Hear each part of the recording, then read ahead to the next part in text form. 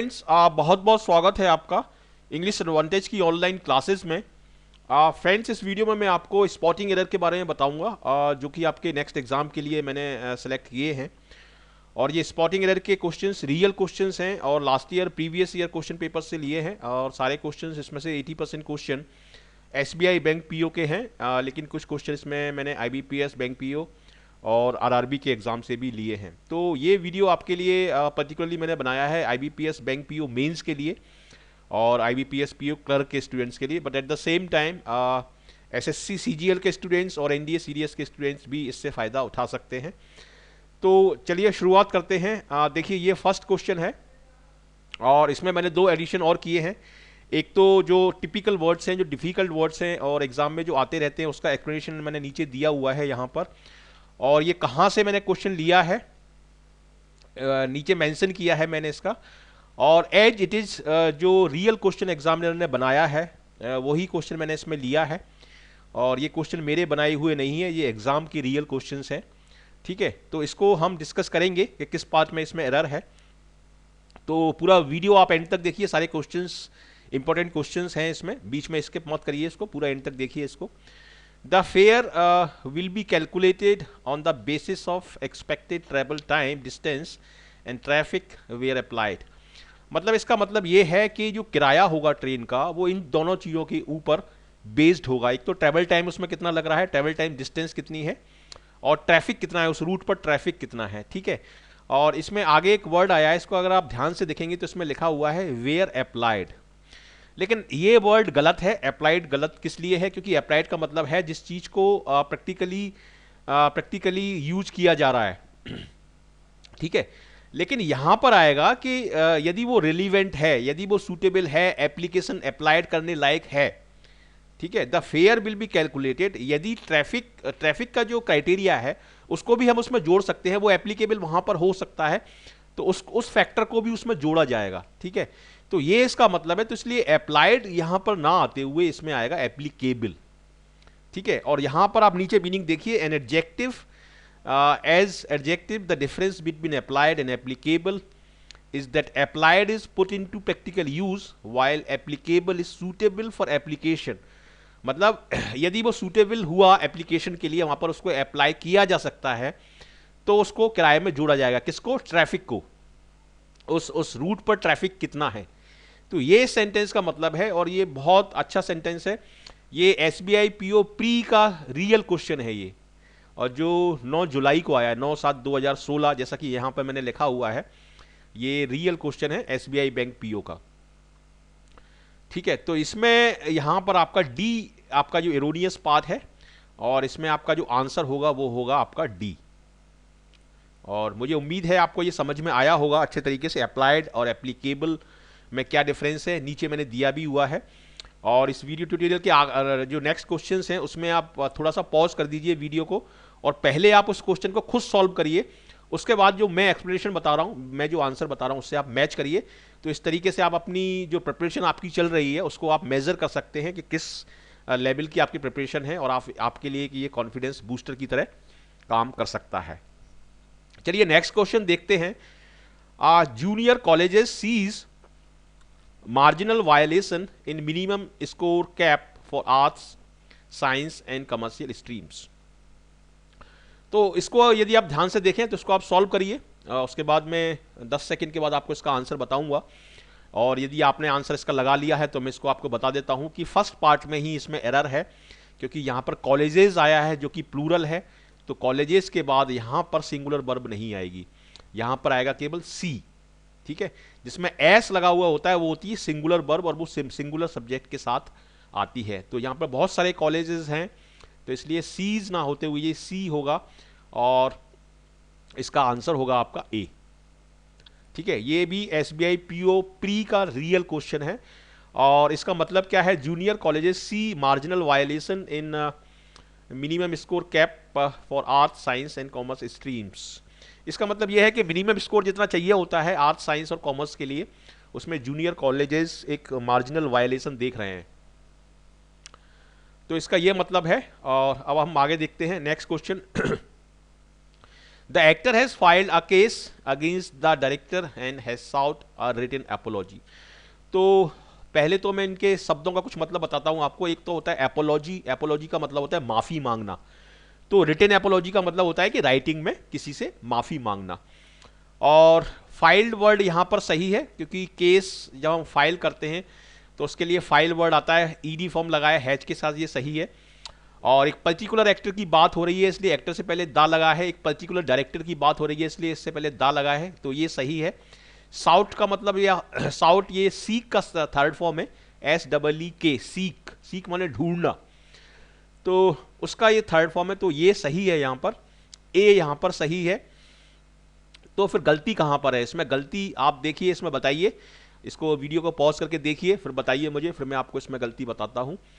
The actor has filed a case against the director and has, देखिए has इसमें 2 बार आ रहा है, क्योंकि हैज और हैज हेल्पिंग वर्ब है, एक ही बार आएगा, एक ही वर्ड है। इंग्लिश में एक रूल है, यदि एक ही वर्ड 2 बार आ रहा है तो उसको हम कॉमन फैक्टर की तरह यूज कर सकते हैं, और करना चाहिए। ये ग्रामर का रूल है। और फाइल्ड और सॉट, इसमें ये 2 वर्ब अलग अलग है, फाइल्ड अलग है, सॉट अलग है, इसलिए इसको अलग अलग यूज किया है। लेकिन हैज एक ही वर्ड है, तो इसलिए इसको हम कॉमन फैक्टर की तरह यूज कर सकते हैं। तो केवल यहां पर आएगा, वो यहां पर नहीं आएगा, ये गलत है इसमें, यानी सी इसका आपका आंसर होगा। ये इसका बेसिक है, आपको मैंने ट्रिक बताई है इसकी, कॉमन फैक्टर लेते हैं इसमें। तो ये भी SBI PO प्री का क्वेश्चन है और रियल क्वेश्चन है ये। नेक्स्ट देखते हैं, the practice of big pharma companies offering kickbacks to prescribing physicians may not be a breach of ethics. इस सेंटेंस का मतलब क्या है? पहले इस सेंटेंस का मैं मतलब बताता हूं आपको। किकबैक्स का मतलब होता है कोई ऑफर दे दिया, किसी को कोई प्राइस दे दिया, किसी को कोई पैसा दे दिया। लेकिन normally kickbacks an illicit payment होता है, यहां पर लिखा हुआ है नीचे, an illicit payment made to someone in return for facilitating a transaction और अपॉइंटमेंट। किसी का आपने कोई काम कर दिया, उसको आप पैसा दे रहे हैं, तो उसको हम किकबैक्स बोलते हैं। तो जो बड़ी फार्मा कंपनीज होती हैं वो डॉक्टर्स को, जो प्रिस्क्राइबिंग फिजिशियंस होते हैं, जो उनकी दवाइयाँ प्रिस्क्राइब करते हैं, लिखते हैं, उनको वो इनाम देती हैं, पैसा देती हैं। तो ये चीज़ एक एथिक्स के अगेंस्ट हो सकता है, कि एथिक्स के अगेंस्ट हो भी और ना भी हो, मे not be a breach. Breach का मतलब होता है किसी वायलेशन, ठीक है, उल्लंघन, उसको हम बोलते हैं ब्रीच, जैसे ब्रीच ऑफ कॉन्ट्रैक्ट। तो ब्रीच ऑफ एथिक्स वो हो सकता है और नहीं भी हो सकता है। तो इस सेंटेंस में दा यहां पर सही लगा हुआ है, किकबैक्स यहां पर सही है क्योंकि ये प्लूरल नाउन है। फिजिशियंस, प्रिस्क्राइबिंग फिजिशियंस मतलब जो मेडिसिन प्रिस्क्राइब करते हैं, may not be a breach of ethics, A भी यहां पर सही है, एथिक्स भी सही है। तो ये सेंटेंस आपका नो एरर सेंटेंस है, और इसमें आपका जो आंसर होगा वो होगा ई, ठीक है। और नीचे मैंने किकबैक क्या होता है इसका एक्सप्लेनेशन दिया हुआ है, इसको आप पढ़ें आराम से, वीडियो को पॉज करें और आराम से प्रैक्टिस करें। और ये सारे रियल क्वेश्चंस हैं, इसी तरीके के क्वेश्चन आपके IBPS बैंक PO मेंस में आएंगे और IBPS PO क्लर्क में आएंगे। नेक्स्ट देखते हैं, the governor has narrowed its list of candidates to become the next governor of the RBI। RBI से पहले दा लगा हुआ है, वो जो कि सही है, नॉर्मली हम RBI से पहले दा लगाते हैं। और अब आप इसमें एरर देखिए, एरर कहां पर है इसमें, इसको पॉज करिए आप। एरर एक्चुअली इसमें यहां पर है, जैसे किसी चीज़ को हम कम करते हैं, जैसे हमारे पास 10 चॉइसेस हैं, 10 ऑप्शंस हैं, और हमने 6 ऑप्शंस कर दिए, 4 ऑप्शन हटा दिए उसमें से, तो हम अपनी चॉइसेस को नैरो डाउन कर देते हैं, थोड़ा सा उसको कम कर देते हैं, उसको हम बोलते हैं नैरो डाउन। नैरोड ना बोलते हुए उसको हम बोलते हैं नैरो डाउन। नैरो डाउन एक फ्रेज है, एक फ्रेजल वर्ब है, और यहां पर इसका मीनिंग दिया हुआ है नैरो डाउन का। और ये भी आपका रियल क्वेश्चन है SBI PO प्री का, जो कि 9 जुलाई को हुआ है। चलिए आगे देखते हैं, this experience shows the complexity of advertising today when it is so easy for dissatisfied customer to make their voice heard. तो इस क्वेश्चन को आप आराम से पढ़िए और इसमें आप एरर बताइए, इसको पॉज करके आप इसमें पहले एरर देखिए, हर पार्ट को आप आराम से एग्जामिन करिए। द एक्सपीरियंस, दिस एक्सपीरियंस सही है, और एक्सपीरियंस चूंकि सिंगुलर है तो शोज सही है। The complexity of advertising, complexity से पहले दा जो लगा हुआ है वो सही है, ठीक है। Today when it is so easy for dissatisfied customer to make, तो इसमें आपके हिसाब से क्या गलती है आप पहले बताइए, उसके बाद फिर मैं बताता हूं आपको। देखिए यहां पर कस्टमर्स प्लूरल है, तो चूंकि कस्टमर प्लूरल है तो इसलिए वॉइसेस होना चाहिए ये, ये वॉइसेस आपका प्लूरल होना चाहिए। तो इसमें डी पार्ट में आपका गलती है और डी इसमें आपका आंसर होगा। नेक्स्ट देखते हैं, efforts to improve representation of girls in education has had success in the recent past। in the recent past एक फ्रेज है, एक इडियोमेटिक एक्सप्रेशन है जो कि सही है, और आगे आप देखिए इसमें क्या गलती आप निकाल सकते हैं, कहाँ पर इसमें गलती है। ये IBPS PO मेंस का क्वेश्चन है, ये 2012 में हुआ है, उसका क्वेश्चन है, ये मेंस का क्वेश्चन है। मेंस में आपके इसी तरीके के क्वेश्चंस आएंगे, तो इसमें आप गलती निकालिए, इसको पॉज करिए वीडियो को और गलती मुझे बताइए कहाँ है इसमें। और यदि मेरे एक्सप्लेनेशन से, मेरे आंसर से आपकी गलती, आपका जो आंसर है मैच हो रहा है, तो डेफिनेटली आपकी जो प्रिपरेशन है वो सही है। ठीक है, इसमें गलती है यहाँ पर एफर्ट्स प्लूरल है, तो यहाँ पर आप हैज़ की जगह आप बोलेंगे हैव, HAVE, क्योंकि प्लूरल इसमें जो सब्जेक्ट है वो प्लूरल है। Efforts to improve representation of girls in education, देखिए एग्जामिनर कंफ्यूज करने के लिए नॉर्मली कभी कभी क्या कर देता है, सब्जेक्ट को बहुत एलोंगेट कर देता है, लंबा कर देता है सब्जेक्ट को। जैसे अगर मैं बोलूं कि राम गोज टू मार्केट, तो इसमें तो सब्जेक्ट छोटा है, राम है, तो आपको आसानी से पता पड़ जाएगा कि राम के साथ गोज लगेगा प्रेजेंट सिंपल टेंस में। लेकिन इसमें सब्जेक्ट को देखिए लंबा कर दिया गया है, efforts to improve representation of girls in education. ये पूरा 3 लाइनों के अंदर जो लिखा हुआ है वो पूरा का पूरा सब्जेक्ट है, but at the same time यहां पर चूंकि एफर्ट्स आ रहा है, तो एफर्ट्स के बाद आप यहां पर आप लगाएंगे हैव। ठीक है, और हैड, देखिए हैव को हम 3 तरीके से यूज करते हैं। एक होता है हैज और हैव हेल्पिंग वर्ब में यूज होता है, एक पोजेशन के लिए यूज होता है, और एक हैज और हैव किसी भी चीज को जब आप एक्सपीरियंस करते हैं, उसका अनुभव करते हैं, तो उसके लिए यूज होता है। इसमें जो हैव का जो डिफरेंट यूजेस हैं, इसका मैं एक अलग वीडियो बनाऊंगा जिसमें मैं स्टूडेंट्स को बताऊंगा कि हैव किस तरीके से यूज होता है। तो एक्सपीरियंस करने के लिए भी हैव का यूज होता है। जैसे यदि मैं आपसे बोलूं कि they are having a party, ठीक है, तो ये सेंटेंस बिल्कुल सही है, वो पार्टी को एक्सपीरियंस कर रहे हैं, पार्टी का अनुभव ले रहे हैं, पार्टी को एंजॉय कर रहे हैं। So they are having a party, I am having my lunch, ठीक है, मैं लंच को एक्सपीरियंस कर रहा हूं, तो वो हैविंग वहां पर सही है। तो उसी तरीके से यहां पर ये हैव का थर्ड फॉर्म आया है, चूंकि यहां पर हैज लगा हुआ है, तो यहां पर हैव का थर्ड फॉर्म आएगा जो कि हैड है। ठीक है, और एक्सपीरियंस करने के सेंस में हैड के बाद इसमें यहां पर नाउन ही आ सकती है और कुछ नहीं आ सकता। फॉर एग्जाम्पल अगर मैं बोलूं कि आई एम हैविंग अ पार्टी, तो हैविंग के बाद नाउन आया है जो कि है पार्टी, तो यहां पर उस सेंस में हैड के बाद सक्सेस बिल्कुल सही है। लेकिन यहां पर ये वाला जो पार्ट है, यहां पर आएगा आपका हैव। ठीक है, तो डी इसमें आपका एरोनियस पार्ट होगा और डी इसमें आपका आंसर होगा। ये सारे क्वेश्चन रियल क्वेश्चन हैं, IBPS PO मेंस 2012 का क्वेश्चन है, और इसी तरह के क्वेश्चन आपके एग्जाम में आएंगे। चलिए आगे देखते हैं। Education in developing countries like India need to be subsidise to reduce drop out numbers particularly among girls. देखिए जैसे गाँवों में आपने सुना होगा कि लड़कियां अपनी एजुकेशन पूरी नहीं करती, बीच में ड्रॉप आउट कर देती हैं, शादियां उनकी जल्दी हो जाती हैं, घर में काम करना होता है। तो ये सारी सिचुएशंस हैं और ये सारी सर्कमस्टेंसेस हैं, ये अभी भी हमारे कंट्री में एग्जिस्ट करती हैं और ये काफ़ी हद तक सही है। लेकिन यहाँ पर हम बात कर रहे हैं कि इसमें एरर क्या है, तो इसमें एरर है यहाँ पर बी में, क्योंकि सब्जेक्ट इसका सिंगुलर है। Education in developing countries like India needs, यहाँ पर होगा नीड्स टू बी सब्सिडाइज्ड, और ये टू बी यहाँ पर सही है, और चूंकि ये पैसिव वॉइस में यूज हुआ है तो यहाँ पर सब्सिडाइज V3 यहाँ पर सही है। टू के बाद रिड्यूस फर्स्ट फॉर्म लगा है, सही है। ठीक है, drop to reduce drop out, actually ये ड्रॉप आउट है, इसको आप ड्रॉप आउट पढ़िए, ये ड्रॉप आउट है। ठीक है, इसको आप गलती से ड्रॉप आउट पढ़िए, गलती से प्रिंट हो गया है।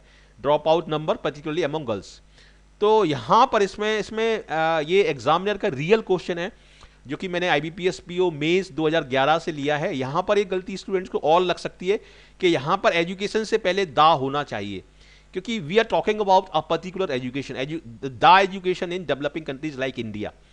लेकिन एग्जामिनर ने यहाँ पर दा नहीं लगाया है, ये रियल क्वेश्चन मैंने एज इट इज लिया है, क्वेश्चन पेपर से मैंने ये रियल क्वेश्चन लिया है, और इसमें गलती यहाँ पर ही है, मेरे हिसाब से भी यहाँ पर ही गलती है इसमें, और एग्जामिनर ने भी इसमें यहीं पर गलती बताई है, तो इसको मैं बी ही मान रहा हूँ।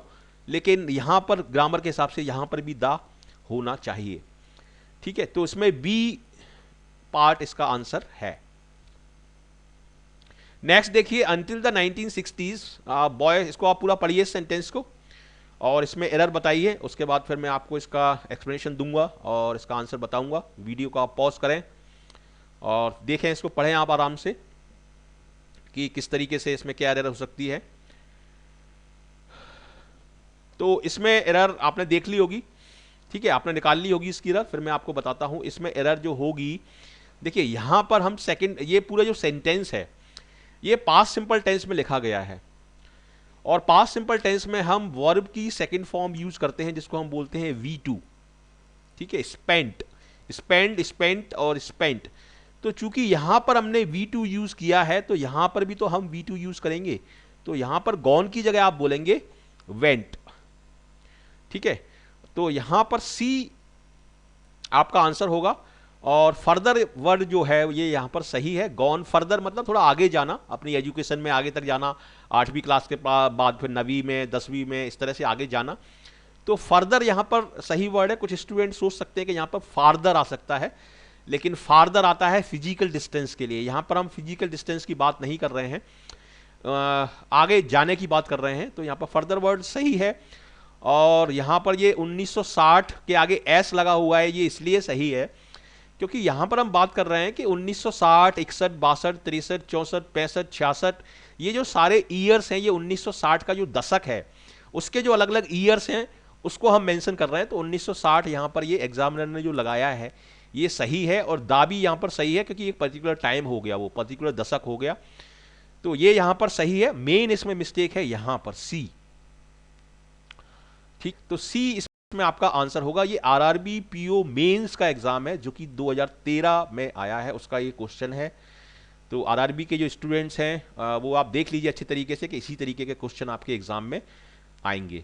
और जो नेक्स्ट एग्जाम आपके आने वाले हैं उसके लिए मैं बहुत ही इंपॉर्टेंट आईबीपीएस पीओ के आपके cloze test, para jumble, double fillers और आईबीपीएस क्लर्क के लिए आपका स्टोरी बेस्ड क्लोज टेस्ट और सिंगल फिलर्स, इसके वीडियो में जल्दी से अपलोड करूंगा। और इसलिए इस चैनल के सारे वीडियो आप देखिए एक एक करके सारी प्लेलिस्ट में जाके, और आपको डेफिनेटली सफलता मिलेगी क्योंकि मैं सफलता के लिए ही पढ़ाता हूँ।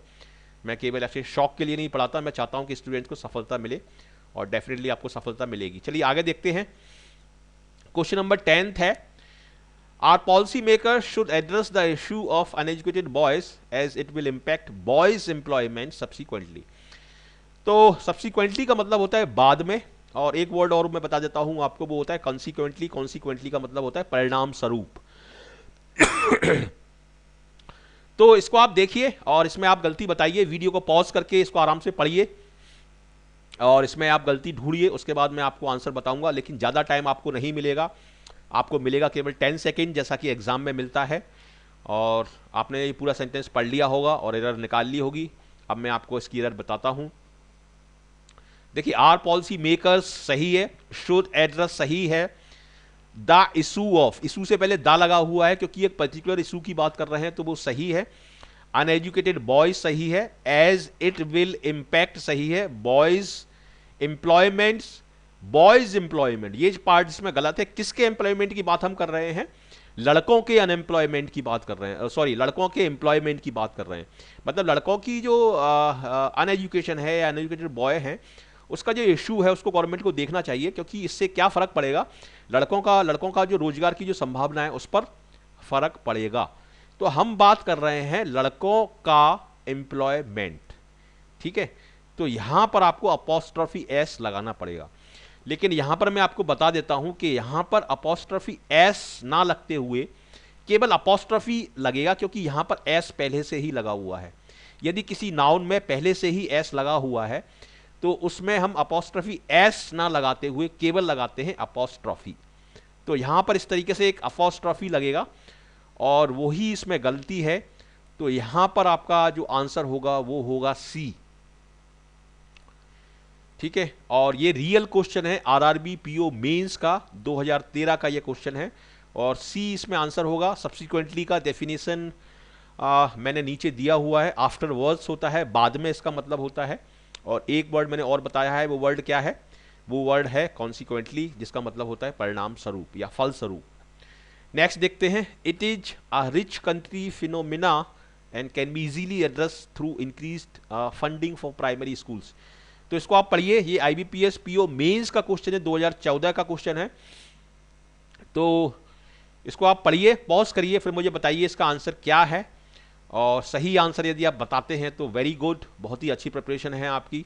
देखिए यहाँ पर इसमें ए दिया हुआ है यहाँ पर ए, तो यहाँ पर आपको सिंगुलर फॉर्म चाहिए, और फिनोमिना का सिंगुलर फॉर्म होता है फिनोमिनॉन। फिनोमिनॉन एक ऐसी घटना होती है जिसके कारण या जिसके एक्सप्लेनेशन पर अभी क्वेश्चन लगा हुआ है, मतलब जिसको हम साइंटिफिकली जस्टिफाई नहीं कर पा रहे हैं कि ये घटना क्यों हुई, इसका रीजन क्या है, उसको हम साइंटिफिकली जस्टिफाई नहीं कर पा रहे हैं, उस वर्ड को हम फिनोमिनॉन बोलते हैं। फिनोमिनॉन है सिंगुलर और फिनोमिना है प्लूरल।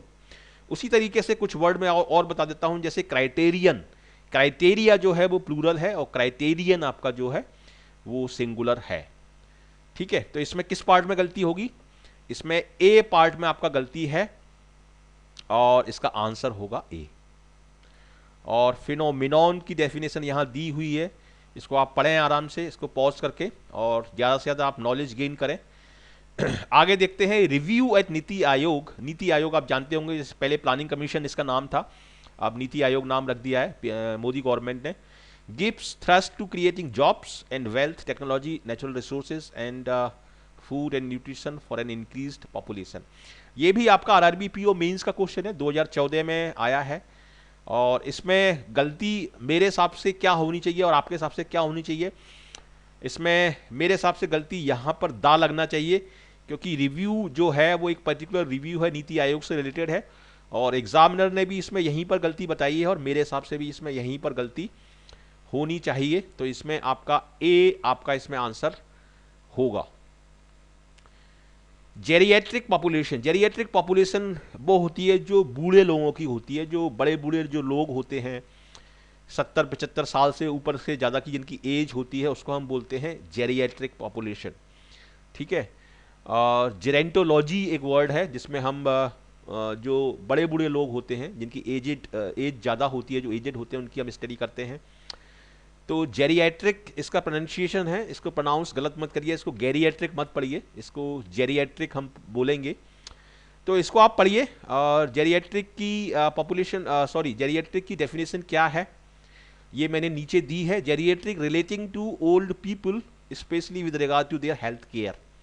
ठीक है, जेरिएट्रिक हॉस्पिटल, ये नीचे मैंने डिफाइन किया है इसको।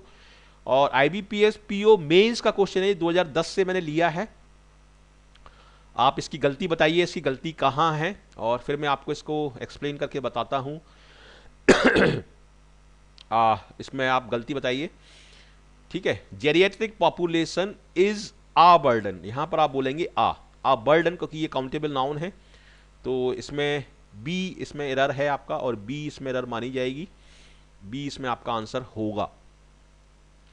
ठीक है, इसी तरीके के टिपिकल क्वेश्चन है ये बैंकिंग के, इसी तरीके के क्वेश्चन आएंगे जिसमें सेंटेंस बहुत लंबा होगा, जिसमें आपका टेक्निकल टर्मिनोलॉजी का बहुत यूज़ होगा, जिसमें कंपाउंड नाउन्स का बहुत यूज़ होगा, सेंटेंसेस आपके लंबे होंगे, लेकिन एरर जो होगी वो बहुत सटल मिस्टेक होगी, बहुत छोटी मिस्टेक होगी, बहुत माइनर मिस्टेक होगी। तो ये एक टिपिकल एक फीचर है बैंकिंग क्वेश्चंस का, इसको आप ध्यान रखिए, इसके थ्रू आप अपने आप को गाइड करिए और ज़्यादा से ज़्यादा सीखिए। नेक्स्ट देखिए, there are investors who move away from, इसको आप देखिए, पूरे सेंटेंस को पढ़िए और उसके बाद इसका आंसर बताइए मुझे कहाँ पर इसमें गलती है। इसमें गलती मैं बता रहा हूँ आपको, बी पार्ट में गलती है, क्योंकि जो चीज़ अपनाई हुई होती है उसको हम बोलते हैं ट्राइड एंड टेस्टेड मेथड, मतलब इस मेथड को अपनाया जा चुका है, ये प्रूवन मेथड है, तो उसको हम बोलते हैं ट्राइड एंड टेस्टेड। तो इसमें आएगा आपका बी, मतलब टेस्टिंग की जगह आप बोलेंगे टेस्टेड। ठीक है, तो इसमें बी आपका आंसर है, बी इरोनियस पाथ है इसमें। नेक्स्ट देखते हैं, a laser sharp policy focus on sector prioritisation and specialization. इसमें क्या गलती आप पढ़ें इसको आराम से, और उसके बाद 10 सेकंड के अंदर इसका आंसर बताएं जल्दी से। और आपका क्या स्कोर बना है आउट ऑफ 15, प्लीज़ मुझे कमेंट में लिख के ज़रूर बताइए, मैं अप्रिशिएट करूँगा उसको। तो इसमें गलती है डी में, क्योंकि यहाँ पर आपको बोलना पड़ेगा रिमेन्स, क्योंकि सब्जेक्ट सिंगुलर है, और सब्जेक्ट सिंगुलर है ये इस बात से पता पड़ता है कि यहाँ पर ए लगा हुआ है।